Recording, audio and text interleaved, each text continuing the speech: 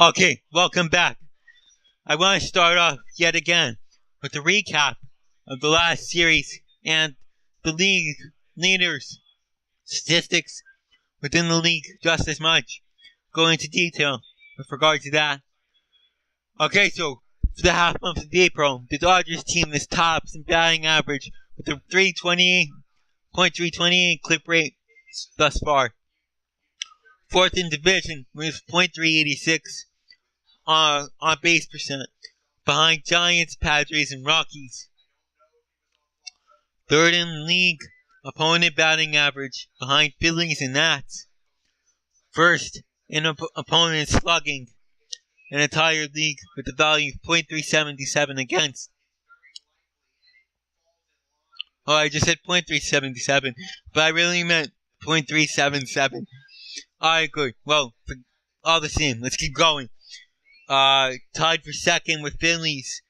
Stolen base percent with 77.8 success rate. Jock Jones, Chase Utley hitting over 500 for batting average. Billingsley, second opponent slug, third for opponent opponent OPS, base plus slug, fourth for hits per 9, also fifth for opponent average.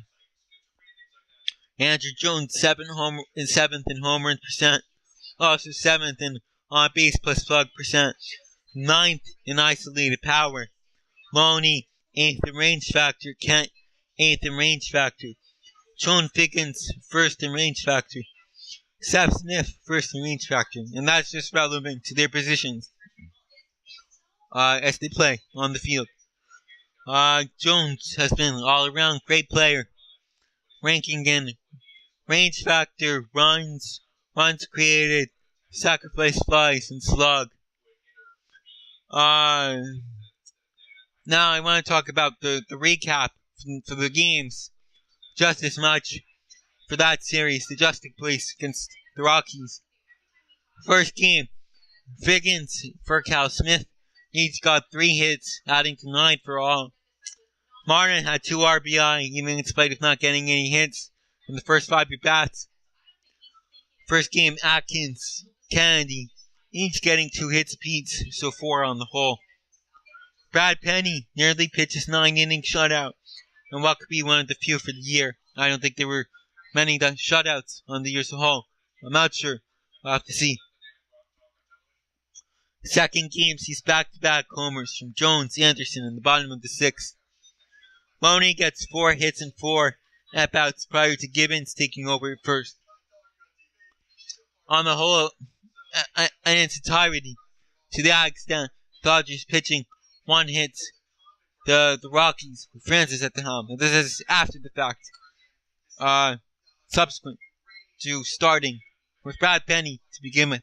So almost in this extent, to this capacity, we had 2 pitchers that got shutouts. Third game, Figgins has 3 walks while Furcal has 3 RBIs. Alright, that's the end of it. That's good. Now it looks like this one is in extra innings. We're at the bottom, the 14th inning. And the score is now 3-2 in favor of the Dodgers. Dodgers end up winning the game. So that's good. Extra innings. Maybe it doesn't happen all that often, but it's going to happen despite the fact. So here we are again. We have to make sure that the pitchers that are tired get the rest. That's what I'm doing here. I just adjust them. And it's not too hard. It's basically drag and drop. That's the main functionality of the user face. Alright, new game now. I want to talk about the story for this game. And this is just one example of an instance. Alright, so for some reason, and whatever, an audience, a member in the crowd, brings along a Cabra. And this Cabra is maybe green and black with all kinds of stripes. And how about white eyes? Let's just say, in this context, this Cabra, this snake, has white eyes, and somehow it was brought along to the game, and a member who held a ticket to begin with, to pay for it. And I don't know why, but the cobra was not detected by security. So here we are, we have this cobra. He's in left field.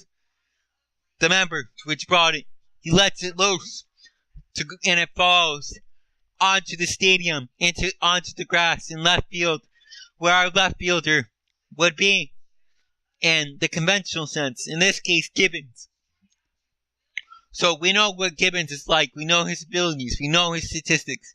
He's known to have a good arm, fairly solid range.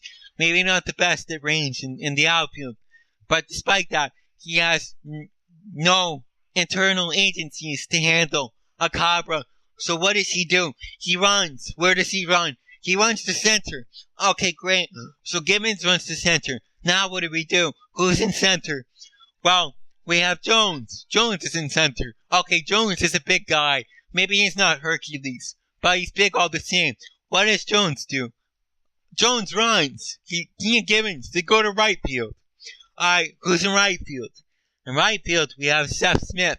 Okay, so what does Seth Smith do? He sees the cobra. He's coming after him. Maybe it's fast. Maybe it isn't. But they perceive it as being fast, as being quick. Okay, so they're in major danger. Alright, good. Now we have to extend this because it's quite long. But all the same, let's keep going. They're all afraid. They see this cobra. It's an animal that can overtake them. Well, here we go. We bring into the picture the hero. Our hero is a chef. Okay? There's a Japanese restaurant within the stadium grounds. Now our chef, he sees this. It's on report. It's on all the screens. And what he does is he gets out a metal spatula and he jumps onto the stadium grass. He overcomes or conquers the crowd and any members that are watching, onlooking.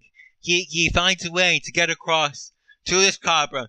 He meets the cobra face to face and he thwarts it. What does he use? He uses the sharp edge of the metal spatula. Maybe it's got some ridges. And that's just enough to attack this cobra and save our outfielders from possible death or major injury, serious injury. So, maybe he's quite feisty, maybe he's strong, he holds his ground. Well, all the same, our chef cuts this cobra into pieces. Okay, how many pieces? That's up to you to decide. Could be 100, could be 1,000, could be 10,000. What do we do with these pieces? What do we do with this nest? I'm not sure. What do? We recycle it? Who do we offer it to? Who eats cobras? I don't know. But all the same, there it is. That's the end of it. Okay, so then again, to think about this. Okay, maybe our chef, he comes to save the day. He's Asian. He's from a Japanese restaurant. He's one of the expert chefs there. He knows how to cook. He's got culinary expertise. He's been in the field. He's been doing it for a long time. And so you think that, okay, if he chops up octopus, if he chops up fisheries of any kind, of any form, he can do this too. So he does it. But maybe he's not an expert in animal control.